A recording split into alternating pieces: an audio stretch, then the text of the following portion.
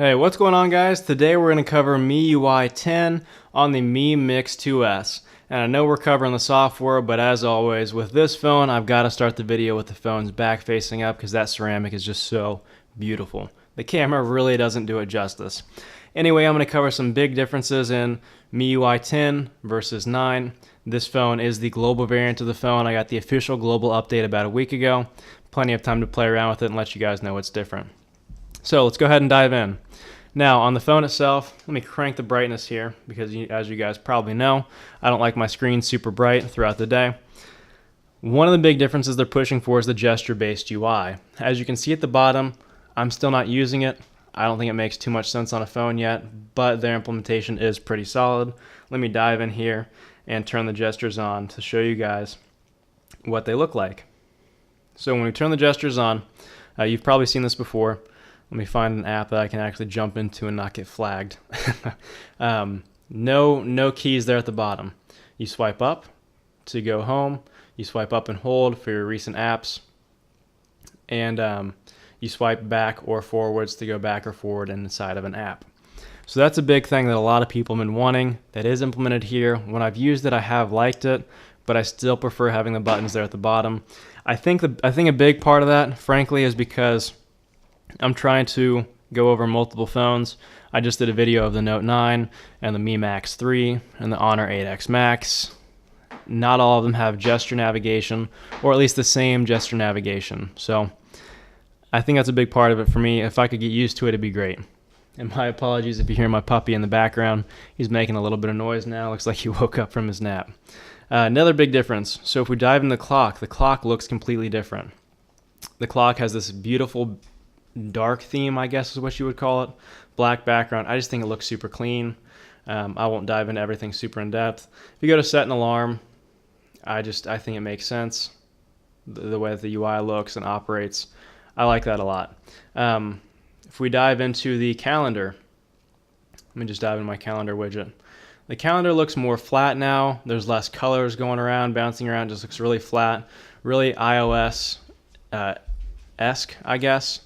But the calendar looks different. The calendar looks really good in my opinion. So far we've done the clock, the gestures, and the calendar. The other big thing, which you probably saw, is the recent apps. Now, on the Mi Mix 2S, this doesn't make that much sense, but it certainly does on the Mi Max 3 and if you're getting a phone with a bigger screen. Swiping stuff away here. You can swipe it away to the right or the left, and you can push and hold for more options. You can lock the app, which means that if I can't close all and close this app, you can split screen it if supported and dive straight into the app settings or preferences. Yeah, I just think it's super well implemented, and my apologies if the camera's not picking all this up. I'm just trying to give you guys a general idea of what's new with the UI. Now, another big thing, sliding down from the top, we get a different toggle look there. This is not running a theme, this is stock MIUI 10. I do like the way that this all looks. Kind of iOS-esque, but better in my opinion. You get 5 toggles there real quick. You slide down again. You get a nice 4x3 grid. Screen brightness percentage I think works really well. So I like that look a lot. Next, here doing the volume up and down. I mean, this is the view that you get, and oops, missed it there. You can slide it up and down just like normal. You can quickly silence everything. So you can just push one button and silence everything right from there, or push the 3-dot menu, and this is the look that you get. Toggle on the silent mode like I just mentioned, do not disturb, and you see all your sliders like that. I just think the presentation is killer personally. You can disagree if you want, that's fine. Super subjective obviously, but I think MIUI 10 is the best Android skin that's currently out. I don't get paid by Xiaomi. I don't get sent any of their phones for free. I buy this stuff with my own money. I think MIUI 10 is optimized super well. It runs super quickly. And I think they give you a lot of features too. Now, this is a Mi Mix 2S. This is their flagship. No ads that I've seen on this phone so far. I just did a video on the Honor 8X Max and Mi Max 3, and I mentioned I do see ads on my Mi Max 3 sometimes. Haven't seen them on this phone yet. My thought is it's a flagship. They're not going to put it on there because the phone's more expensive. Whether that's valid or not, I don't know. Time will tell, but none here yet. So anyway, guys, that's pretty much it. You get the gestures, you get some new UI tweaks. Yeah, I mean, some stuff looks different.